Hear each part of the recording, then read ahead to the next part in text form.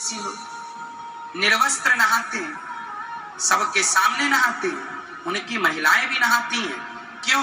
वो पढ़े लिखे हैं, लेकिन उनकी शिक्षा में संस्कार नहीं है। हमारी शिक्षा में हमारे संस्कार हैं। अब आप ही बताओ, कौन पढ़ा लिखा? हमारे भारत की महिला यदि विधवा हो जाए तो वो अपने ही पति की विधवा रह के सारी जिंदगी गुजारती है। विदेशों में आपको विधवा नहीं मिलती, क्योंकि वहां तो कोई चला गया तो दूसरा, तीसरा, चौथा, पांचवा, छठा, सातवां, वहां कोई प्रॉब्लम नहीं होती, क्योंकि शिक्षा है, संस्कार नहीं। क्योंकि शिक्षा है, क्या नहीं है? जोर से बोल दो, क्या नहीं है? कई लोग कहते हैं महाराज जी, भारत के लोग पूजा पाठ ज्यादा करते हैं फिर भी दुखी रहते हैं, विदेशी लोग कोई पूजा पाठ नहीं करते फिर भी मौज में रहते हैं, फिर भी वो सुखी हैं, आप दुखी हैं। उनके पास पैसा बहुत है, भारत के लोगों के पास पैसा नहीं है। एक बात बताऊं मेरी माँ, हर चीज की तुलना पैसे से नहीं होती। आप कहते हैं विदेशों में पैसा ज्यादा है, भारत के लोगों के पास पैसा नहीं है, तो सुनो, उनकी अमीरी धन की है, हमारी अमीरी हमारे संस्कारों की है, बस इतना ही फर्क है। वो भी अमीर हैं, वो धन के अमीर हैं, हम संस्कारों के अमीर हैं। वहां कोई बेटा अपने बाप के पांव नहीं छूता, हमारे यहाँ बेटा बाप के पांव छूता है। वहां जब लड़की 18 साल की होती है, विदेशों की बात कर रहा हूँ, लड़की 18 साल की होती है, लड़का 18 साल का होता है, तो वो अपने माँ बाप को छोड़ के चला जाता है, जो जिंदगी मन में आए करता है। हमारे यहाँ वहां पे कोई बेटा कोई बहू अपने सास ससुर की कोई सेवा एवा वहां है ही नहीं, वहां कोई सास वास होती ही नहीं है, शादी हुई अपना अलग रहते हैं, कोई पिता नहीं, कोई बहू नहीं, कोई सास नहीं, अपनी जिंदगी जीते हैं। वो जिंदगी कैसी है? ऐसी जिंदगी तो हमारे यहाँ गाय और भैंस जीती है। हमारे यहाँ भैंस ऐसी जिंदगी, बकरा बकरी ऐसी जिंदगी जीते। क्यों? हमारे यहाँ की जिंदगी ऐसी नहीं है। हमारे यहाँ यदि बेटा है तो वो अपने पिता को भगवान मानकर सेवा करेगा। वहां पर पिता की सेवा नहीं की जाती, वहां बूढ़ों की सेवा सरकार करती है। विदेशों में बूढ़ों की सेवा सरकार करती है, पर हमारे यहाँ बूढ़ों की सेवा खुद का बेटा करता है। लेकिन अब आजकल आप लोग भी इंग्लिश ज्यादा पढ़ने लग गए हैं ना, तो वो इंग्लिश वाले संस्कार आ गए, इसलिए आजकल के बेटे माँ बाप की सेवा नहीं करते। जो विदेशी पढ़ाई पढ़ेगा, जब शिक्षा ही तुमने विदेश की पढ़ी है तो बेचारे भी तुम्हारे विदेशी हो जाएंगे। अब तुम भारत के रहे नहीं, अब भारत के संस्कार तुम्हारे भीतर जा ही नहीं सकते। इसलिए बच्चों को पढ़ने के लिए अमेरिका, लंदन, जापान भेजने की जरूरत नहीं है। आप अपने देश में ही इतनी अच्छी शिक्षा दे सकते हैं, इतने अच्छे कॉलेज यूनिवर्सिटी डेवलप कर सकते हैं कि दुनिया पढ़ने यहाँ आए, हमारे भारत के बच्चे को कहीं पढ़ने न जाना पड़े। ये देश का दुर्भाग्य है कि आज पढ़ने के लिए बच्चे वहां वहां वहां जाते हैं।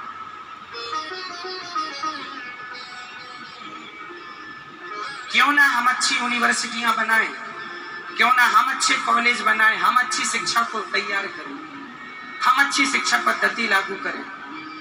क्या जरूरत है विदेश जाने की?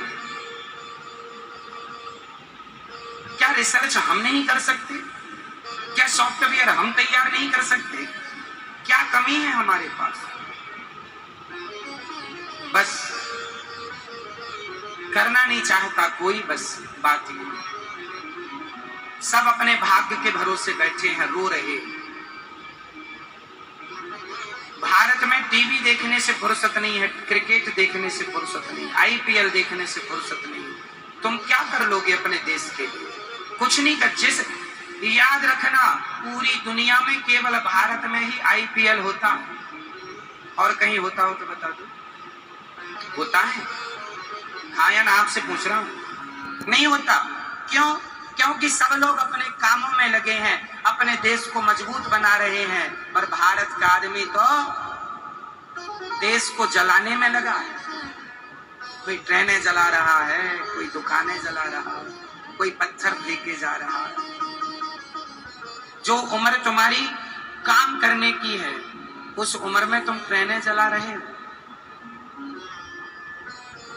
तुम देश को अपना कभी माने ही नहीं। यदि अपने देश को अपना माना होता ना, तो कभी ट्रेनों में आग ना लगाई होती मेरे भाई, कभी ट्रेनों में आग ना लगाई होती। ये देश मेरा है। इस देश में पड़ा हुआ एक भी यदि लोहे का टुकड़ा है तो वो मेरे देश की संपत्ति है। हाँ या ना? देश मेरी माता है। केवल मैंने अपने घर को अपना घर समझा है, मैंने कभी देश को अपना घर माना नहीं। और वो देश कभी तरक्की नहीं करेगा जिस देश को आपने अपना माना ही नहीं। यदि देश को अपना मानते हो, भारत माता को अपना मानते हो, तो अपने देश को समृद्धवान बनाने के लिए आप बिजनेस व्यापार शुरू कीजिए, अपने आप को मजबूत कीजिए। आप मजबूत होंगे तो देश मजबूत होगा। हाँ या ना? इसलिए अपने आप को मजबूत बनाइए, सोच बेहतर कीजिए, अच्छी सोच रखिए।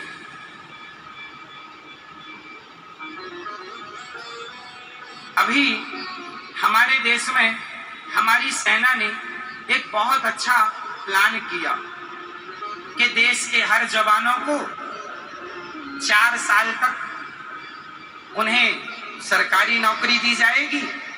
4 साल में 6 महीने आपको ट्रेनिंग दी जाएगी। किसकी? सेना की। सेना की ट्रेनिंग आपको सभी सैनिकों की तरह दिया जाएगा। ट्रेनिंग दी गई, आप सैनिक हो गए, 4 साल तक आपने नौकरी की। यदि आप अच्छे हैं, आप अच्छा प्रदर्शन कर रहे हैं, अच्छा काम कर रहे हैं, तो आप सेना में कंटिन्यू हो जाएंगे। और यदि नहीं कर रहे हैं तो आप सेना से आएंगे तो कोई भी फील्ड में आप चले जाओ, सम्मान से आपको लोग लेंगे कि आप तो देश की सेवा करके आए। ये सरकार ने ये नियम इसलिए लागू किया कि भगवान ना करे, भगवान ना करे कि कल को कोई देश हम पर हमला कर दे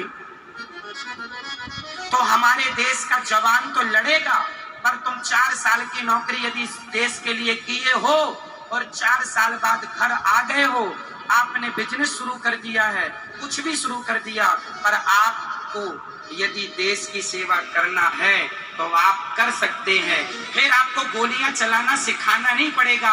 ऑलरेडी आप देश के लिए अपने अमूल्य प्राणों का बलिदान कर सकते हैं, देश के लिए आप लड़ सकते हैं।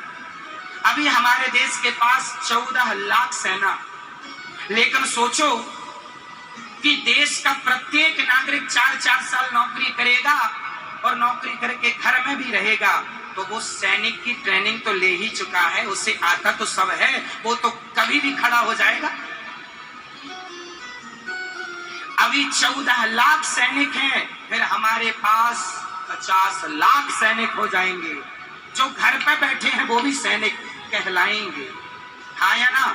जैसे रसिया ने यूक्रेन पर हमला किया तो यूक्रेन के आम नागरिकों को भी ट्रेनिंग दी गई कि नहीं आनन फानन में तुरंत। तो कहीं तुम्हें भी इमरजेंसी तब ना ट्रेनिंग दी जाए जब देश पर संकट आ चुका होगा। अरे जब प्यास लगेगी तभी कुआं खोदोगे क्या? अभी से तैयार हो जाओ देश के लिए। ये है हमारे देश की सेना का आपके लिए कदम, लेकिन उसके लिए लोग ट्रेनें जला रहे हैं। समझते हो नहीं तुम कुछ? अरे घर में बैठे ही तो हो, 4 साल ही सही देश की सेवा कर लोगे तो वो भगवान की सेवा है। भगवान की सेवा करो ना करो सारी जिंदगी, देश की सेवा भगवान की सेवा से बड़ी। जननी जन्म भूमश्च स्वर्गादपि गरीयसी। यदि देश पर संकट आ जाए और उसी समय भगवान आ जाए और कहें अनिरुद्धाचार्य चलो मैं तुम्हें मोक्ष देने आया हूँ, चलो तुम्हें मुक्ति दे रहा हूँ, चलो मेरे गले से लग जाओ, मैं कह दूंगा प्रभु थोड़ा रुक जाओ, अभी मेरे देश पर कोई संकट है, अभी मैं अपने देश के लिए कुछ कदम तो बढ़ा लूं, बाद में आऊंगा आपके पास, मैं भगवान को रोक दूंगा यदि देश के लिए मेरी जरूरत पड़ गई तो। ये देश के लिए अपना बलिदान देने का समय, तैयारी है। प्यास लगेगी तब कुआं ना खोदेंगे। हमला हो गया यूक्रेन पर, तब उसने सिखाया, पहले ही सिखाया होता तो आज कई देशों में ये नियम लागू है जो हमारे देश में आज हो रहा है। ये नियम तो 47 में ही हो जाना चाहिए था, लेकिन अब हो रहा है 2022 में। ठीक है, हो रहा, अच्छा हो रहा, स्वागत करना चाहिए। अरे देश की सेवा करने का तुम्हें 4 साल ही मौका मिले तो गर्व करना है ना। तुम कह सकते हो मैंने देश की सेवा की है। 4 साल बाद रिटायर होगे तो सरकार पैसा देगी, 10 लाख 12 लाख जो भी उसकी योजना है, उससे अपना बिजनेस व्यापार कर लेना, और फिर तुम पुलिस में भी जा सकते हो। फिर तुम्हारी फिर बहुत सारी डिमांडें होंगी, सब तुम्हें बुलाएंगे। हर काम के लिए तुम परफेक्ट हो ना। तुम 6 महीने में वहां पर पत्थर हो जाओगे।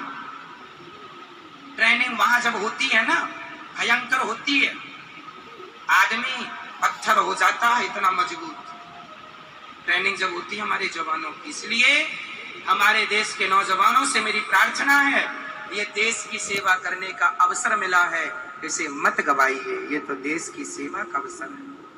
मुझे भी सरकार कह दे कि अनिरुद्धाचार्य जी आपको भी देश की सेवा करना है, बैठे हैं ठाकुर जी सामने, कहता हूँ 4 साल के लिए नहीं, मुझे सरकार 1 साल के लिए भी रखेगी तो मैं सब छोड़ के 1 साल के लिए देश की सेवा करूंगा, करूंगा जरूर। यदि मुझे कोई कह दे, मेरे में वैसे वो योग्यता है नहीं, पर कह दे कोई तो कर लूंगा। मेरी सारी पूजा बाद में है, मेरी राष्ट्र सेवा पहले। तो आज मेरी माँ अपने बेटों को देश प्रेमी बनाना है, और कभी गलती ऐसी ना करें। भारत की संपत्ति हमारी संपत्ति, भारत की संपत्ति, भारत की संपत्ति हमारी संपत्ति। देश हमारा घर है, मेरा घर केवल 25 बाई 25 का कमरा नहीं, 25 बाई 50 का घर नहीं, मेरा तो उत्तर से दक्षिण, पूर्व से पश्चिम, पूरा भारत मेरा घर है। पूरा भारत मेरा घर है। मेरा एक कमरा उत्तर प्रदेश है,